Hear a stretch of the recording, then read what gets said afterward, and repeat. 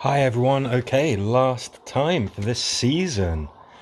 Season 10's ended, time for a mission and episode review. So I think there's a couple of bits that could feature in this mission.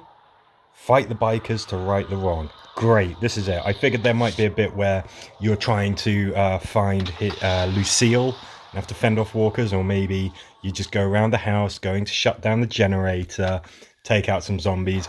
This is the other set piece that I figured they might make an episode out of, and they have. Amazing, fantastic. Hey look, that looks an awful lot like the RV from that other mission. Anyway, so do excuse me if you can hear my frogs in the background. I don't know what's got them so excited. I think they like this episode, so they're excited to hear us discuss it. So what are we doing? We're taking on a couple of folks with old Lucille here. Oh, and then it looks like we've got to get into the bar. This was definitely a highlight of the episode. Great to see Negan. I mean, so fun to see Negan as sort of a lot of different things, as a sort of a slacker, as a cheater, and then of course when the worst happens and his wife is diagnosed with cancer, he actually becomes, sort of quite caring. And he really they packed so much into that episode. It was fantastic. And this mission, this is pretty basic, but it looks interesting. Taking on a bunch of different survivors who have guns and things, and you've just got your baseball bat. Yeah, this is a fun mission. This is a good representation of the episode. Anyway, speaking of the episode, I'm going to go down here and try to hide from these guys a bit. Okay, that didn't work. Yeah, speaking of the episode, by far,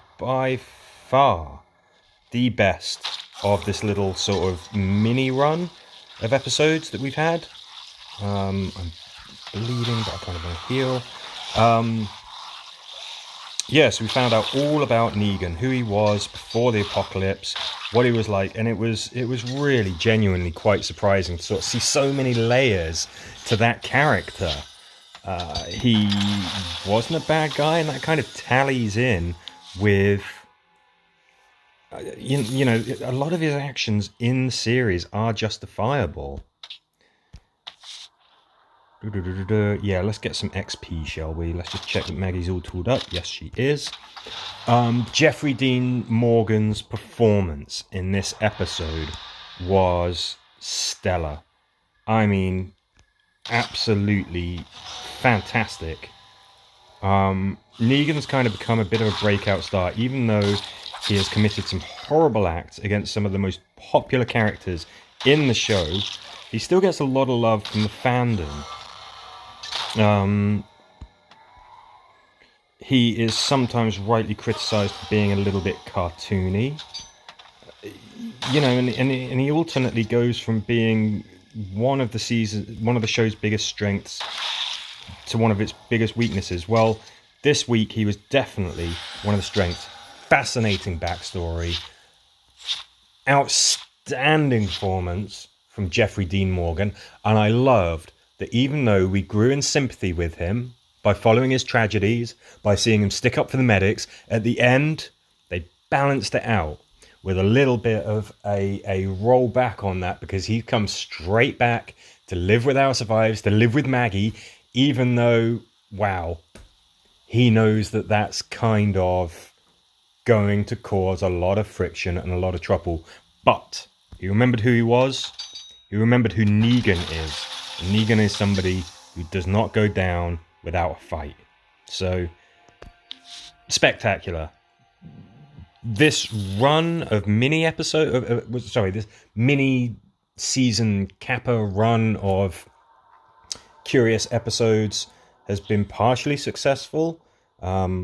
I really liked how in this episode as well, we went back in time. The episode with Daryl, we started back in time and we sort of went forward through the relationship. So that was really interesting, a bit of that. We also got the first Negan speech, That was fantastic. And we really got an insight into his character. So I don't know what everybody else made of these sort of last 6 episodes. I thought they were partially successful. Certainly felt like something was lacking, but my gosh, did we go out with a swing to the head. Let me know what you thought, and as ever, thanks for watching.